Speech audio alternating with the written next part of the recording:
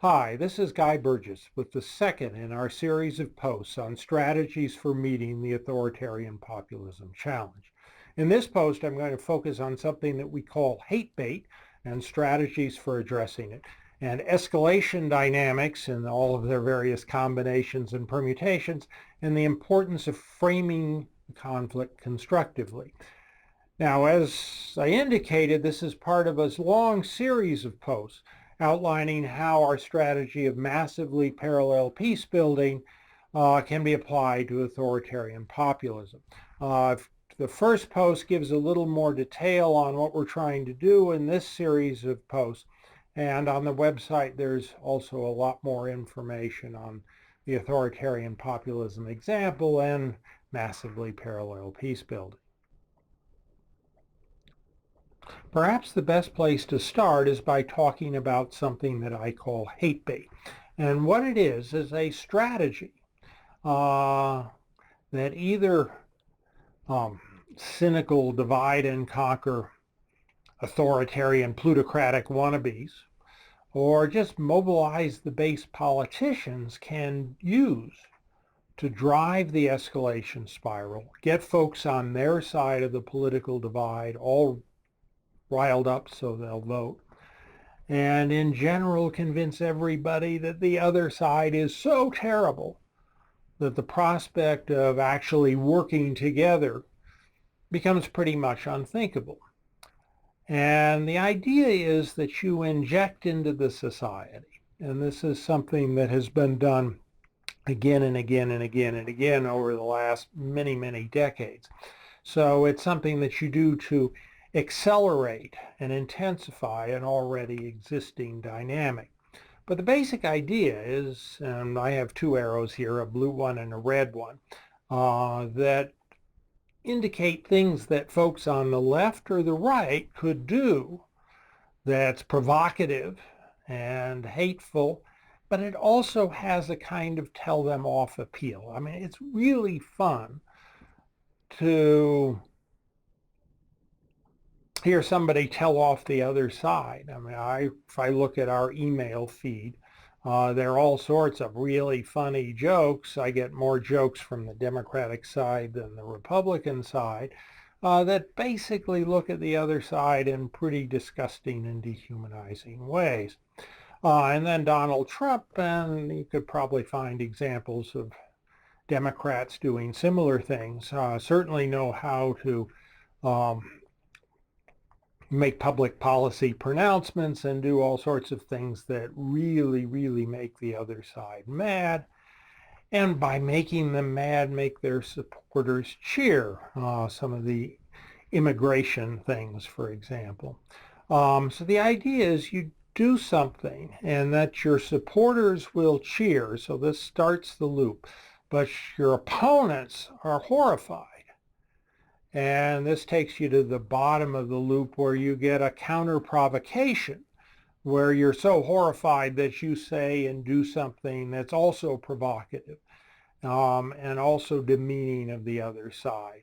And your supporters, of course, cheer that, but the opponents recoil and say, my God, these guys really are crazy. And then you get a counter provocation, and the cycle goes round and round and round.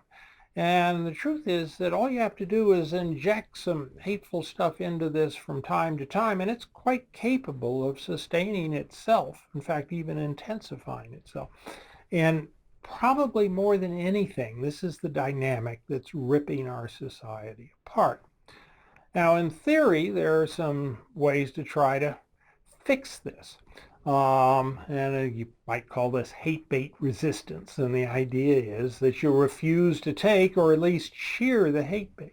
When somebody on your side sends you a off-color joke that demeans the other side, don't send it around to everybody else. Maybe ask, hey, have we gone a little bit too far? It's worthwhile to when we get a chance to actually explain and condemn this hate bait propaganda trick so people realize how folks are trying to manipulate their minds. Obviously, it makes sense to call out the folks who are actually using these techniques and ask them not to. Now, some folks who are trying to mobilize the base, who are just angry, might not really have thought about how this intensifies the problem rather than resolves it. I certainly know that I've said and thought some things when I'm angry that probably shouldn't have. It's also important to distinguish this, especially the cynical propagandists, from the folks who are getting caught up in this hate cycle. And you can oppose the propagandists, and I think you should, but try to give them a face way out of the propaganda lifestyle. But you want to reach out to their followers and try to prove that their propaganda, their evil image about you is wrong. And that tends to actually lead to a reversal. So here you can imagine a reverse system where you make a conciliatory thing that sort of, we're better than this appeal. And that tends to moderate both supporters and opponents. You can get a cycle of counter concession and more moderation and more concessions. In theory, that's the peace spiral. The problem that we're dealing with here, though, is that at the same time, there are folks that are trying to damp down this cycle of hate. You have folks who are, again, either they think they have to because they got to mobilize the base, or because they're cynical authoritarian wannabes that are trying to intensify the fires. And I think we're going to be stuck for a while in kind of a standoff where people are trying to tamp this down and other people are trying to intensify it. But if you don't try to tamp it down, it's likely to explode. And that's what leads to civil war. Now, the other thing to think about in this context is that there are lots of destructive conflict dynamics, and call them traps sometimes, that are all wrapped up around this. And one of those, and I talked about this in an earlier post, is the boiled frog syndrome, where the frog is sitting in the pot of boiling water that's getting slowly warm, and he isn't noticing that, hey, it's time to jump out. Well, we've been letting the hateful rhetoric escalate over a period of decades, really. And the time has come to say, hey, this has gone too far. I know it's not that much worse than it was before, but it's time to jump out. Another game that gets played here, again by the authoritarian wannabes, is a distraction game, where if he's doing or she's doing something that they know that the public as a whole would condemn, and you don't want them to pay attention, such as gigantic, corruption or tax plans that really are giant giveaways, and there are lots of other possibilities on both the left and the right. You do something hateful that grabs all the headlines. It's a giant distraction where you do what you're really trying to do in the background. That's how magicians trick us all the time, and politicians try as well. There's also the scapegoating trap, the tendency, and it's really a pretty practical and effective strategy, sadly. When things are going wrong, you pick some small group that nobody much cares about. Generally, they're a little bit isolated, at least from your supporters, if not the larger society, and you blame everything for them. That's one of the underlying mechanisms behind anti-Semitism.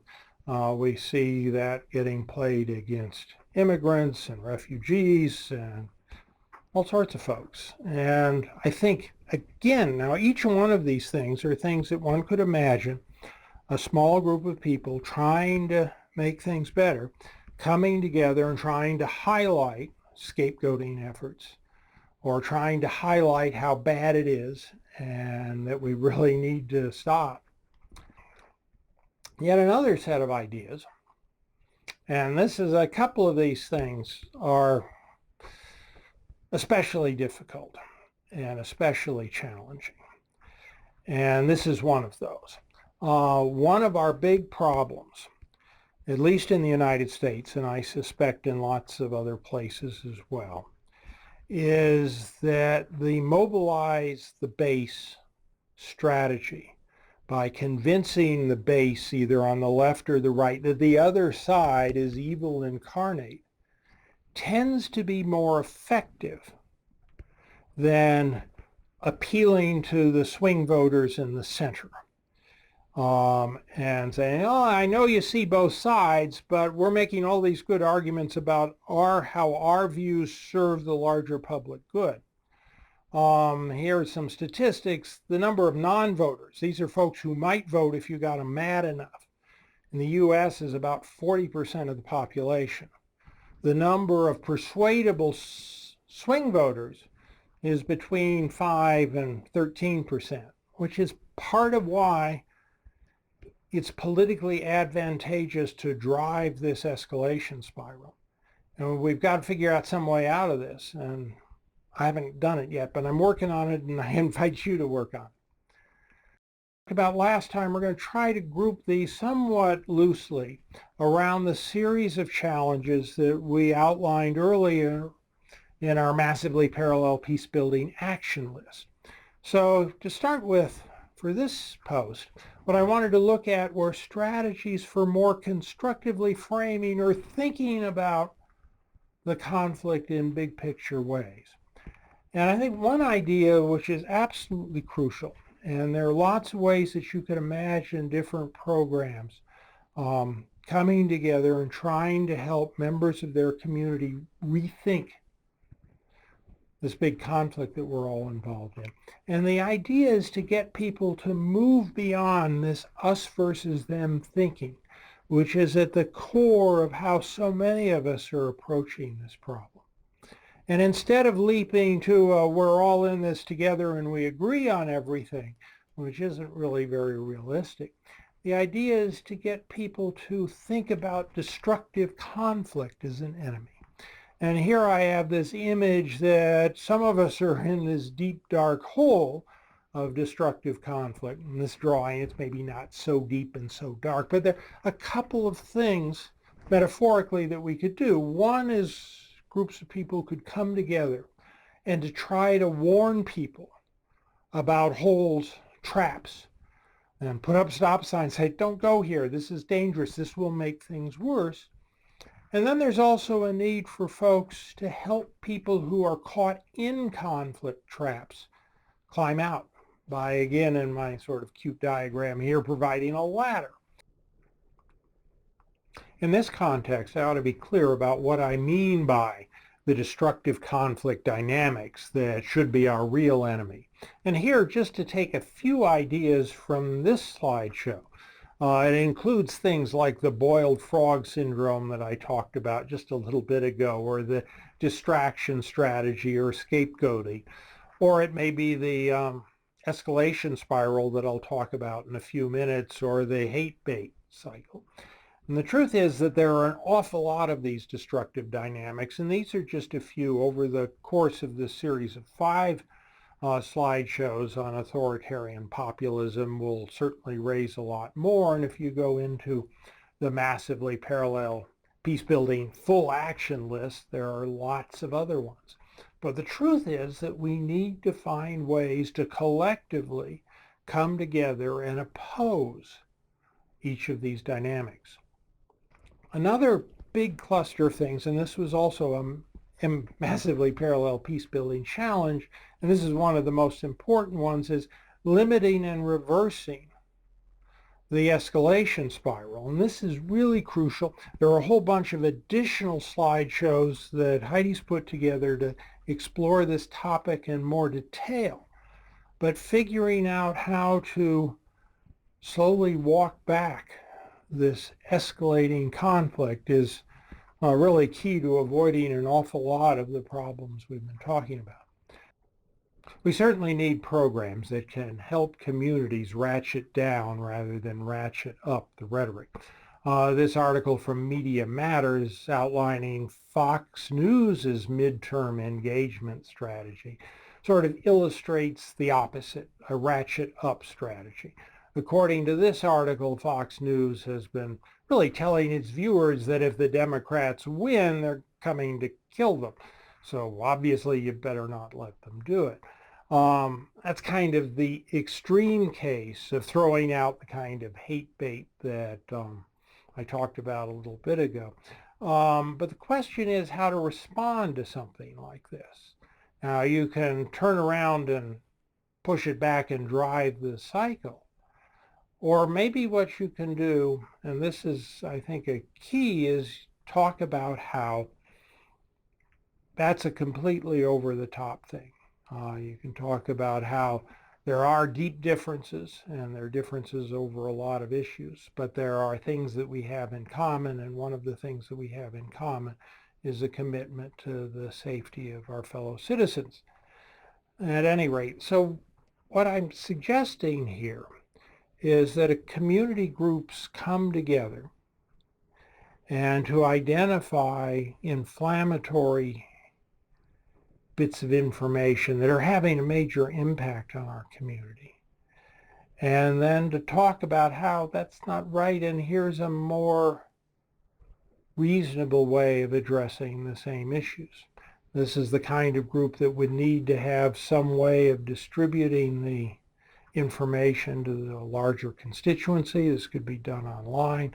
There are a lot of communities that have crisis response teams of one sort or another that try to help ratchet down inflammatory rumors and that sort of thing, often following something like a police shooting. This is another example, but I think the broad idea here is we need community efforts to ratchet down rather than up the rhetoric. Another cluster of things that is critical to limiting the escalation spiral is to focus on persuasion and exchange as strategies for protecting and advancing your interests and not force. We have another whole post on the power strategy mix. And the thing about force is if you force people to do something that they don't want to do, it inspires resentment, backlash, counterattack, and continuing conflict. And right now, both sides are trying to force the other side to acquiesce or to submit. But if you can frame your efforts to protect your interests in terms of persuasion, why this is a good thing to do for all of our interests, and in exchange, if you do this, I'll do that. We have some mutually beneficial trade-offs. To the degree to which you can do that, you can produce change that is far more stable. Now, again, we've talked about how there are folks that are going to try to attack this, but trying to strengthen this and emphasize that this is an alternative to the destructive conflict as usual that we're facing, I think is really important. Another big thing to do is to help people cultivate opportunities for truth, apology, and forgiveness. Now, this was a big deal in the aftermath of the genocide in Rwanda, apartheid in South Africa, but I think it also applies here as well. Our history on all sides, and especially on the side of dominant groups, is characterized by a long history of unrightable wrongs. Now, it's to everybody's advantage to help people walk away from those wrongs, to admit and correct the kind of misbehavior that attributed to it, and to give folks face-saving opportunities. And here again, and this we have a whole series of posts on, this interlocking set of ideas on truth, as in the Truth and Reconciliation Commissions, apology, and forgiveness. But it provides people with a face-saving way out of our history that has a lot of difficult issues with it. In the next post in this series, we're going to look at additional massively parallel peace-building challenges associated with communication, fact-finding, collaboration, governance, and economics.